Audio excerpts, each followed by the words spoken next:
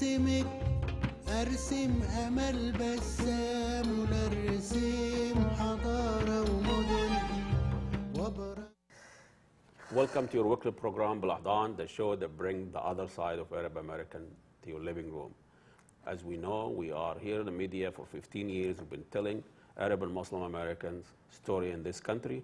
We are given an alternative view of how we feel, what we think as Americans and as Arab and as Muslim. As the mainstream media have been misquoting us, mispresenting us, here is our role. And here is today we have the most interesting story. We have a very special guest there telling her own story through art.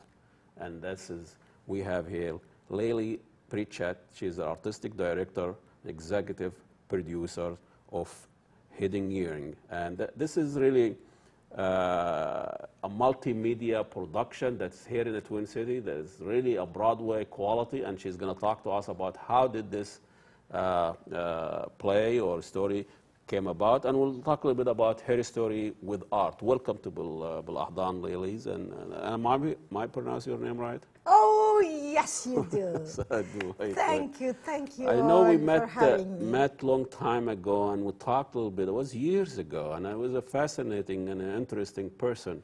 Thank you. But I didn't know much about the details of your background in life, and when I was reading your bio there, it's really fascinating. I mean, this is a story that has so many layers into it, you know, during the Ayatollah, during the Shah, and during the Ayatollah, and then now this story has art, love, forgiveness, torture. I mean, it's almost a Hollywood story. Isn't it? Let's get on with it. Let's get on with it. Tell me a little bit how this all started.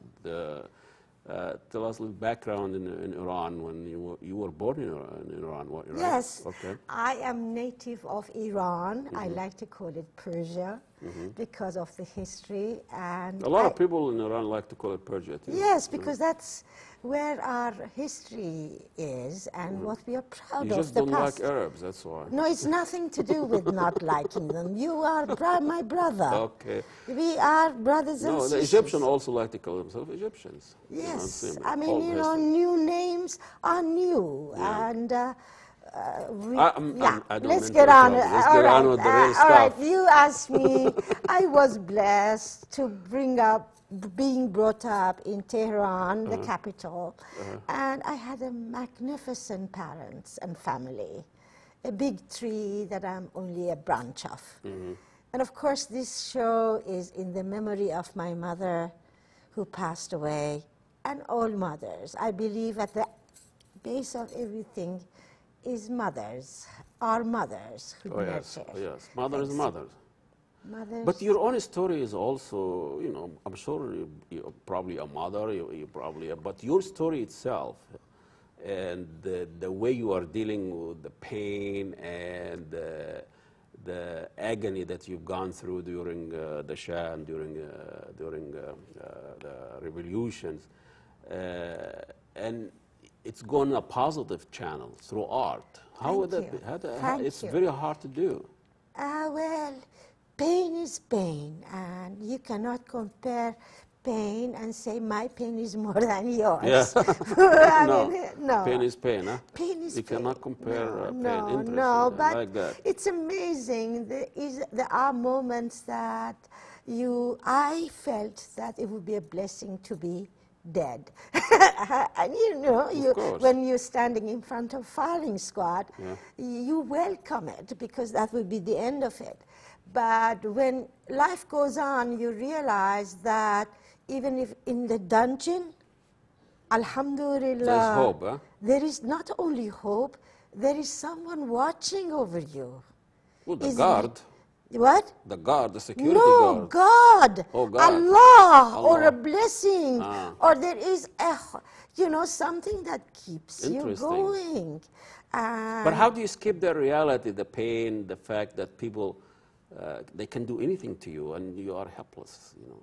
How do you escape that reality and be helpful? This was my biggest problem that I didn't know until I came to United States after a while, being at the Center for Victims of Torture, dealing,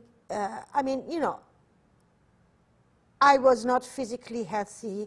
I had to go through lots of operations, but my mental possibilities were non-existent. Yeah. And what I realized after years and years passed, that somehow I think in extreme pain, it is the nature sometimes that comes to your help.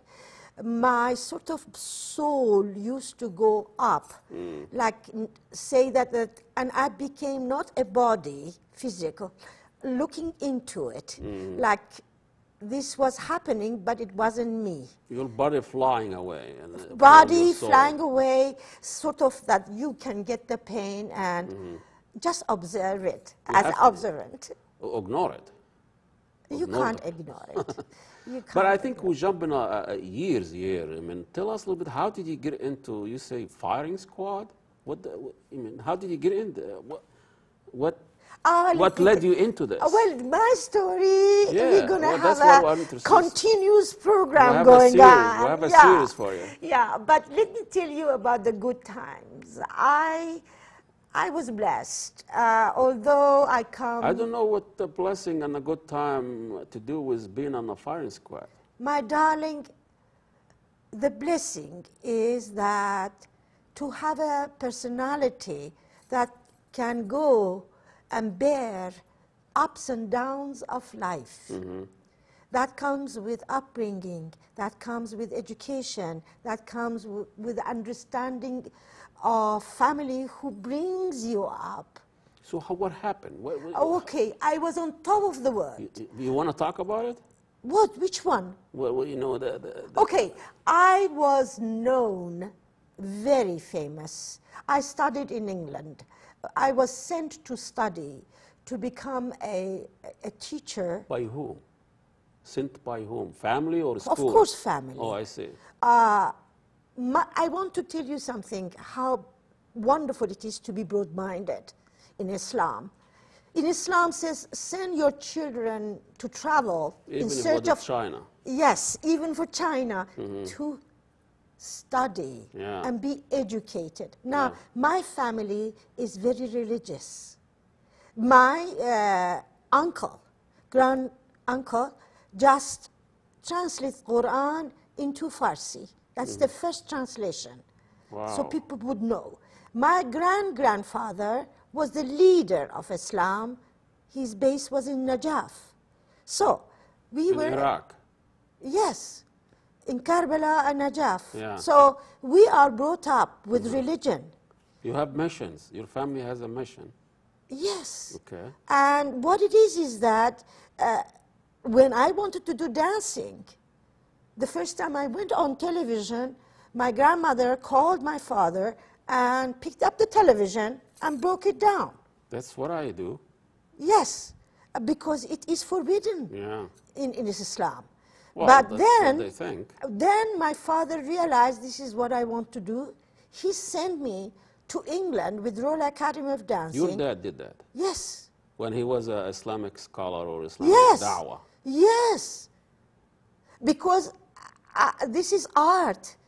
It is not fundamentalist. It all depends how you look at things, you know. And so he sent me, he was a Haji, you know what I mean? And he says, people are laughing at us because I'm a Hajj, you know, and I'm the sending father of a dancer. Yes. Hajj Prischet. Yes, no, Tajaddud is my last name. Okay. Prischet is my married name. Oh, I see. Yes. Okay. And so I went to England with the Royal Academy of Dancing. And what age were you? I was after high school, about 18. Wow. In that school, we were trained as education and dance. It's like becoming a ballet master. So we had to learn not... Ballet master? Yes. We had to teach 15 styles of dancing. And those groups were... Not just a student, now you have to teach. We were, if you were a master. trained to become a ballet master. Yes. So we took courses like education, anatomy, Gray's Anatomy, you know, psychology. And this is during the Shah? Yes, yes. Okay, so culturally at large,